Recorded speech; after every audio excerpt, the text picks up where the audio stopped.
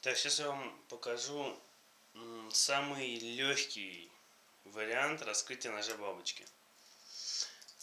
Делается вот так вот.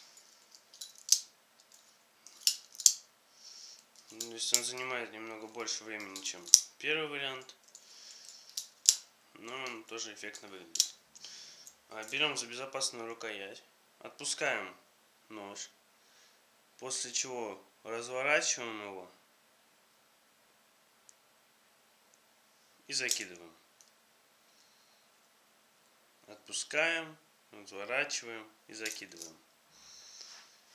Отпускаем, разворачиваем и закидываем. Здесь.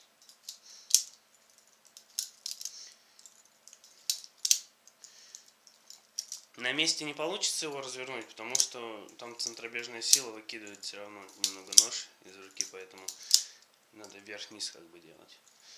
Ну, эффектно достаточно. Как будто, я не знаю, нож у вас крутится. Вот такой простой трюк.